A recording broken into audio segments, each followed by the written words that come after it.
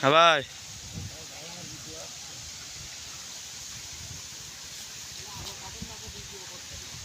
আমাদের বড় ভাই দুইজন খুব সাদা মনের মানুষ। তাদের মনে আসলে কোনো কাদা নাই। ধান লাগাইতে পারে কাদার মধ্যে, কিন্তু তাদের মনে কোনো কাদা নাই।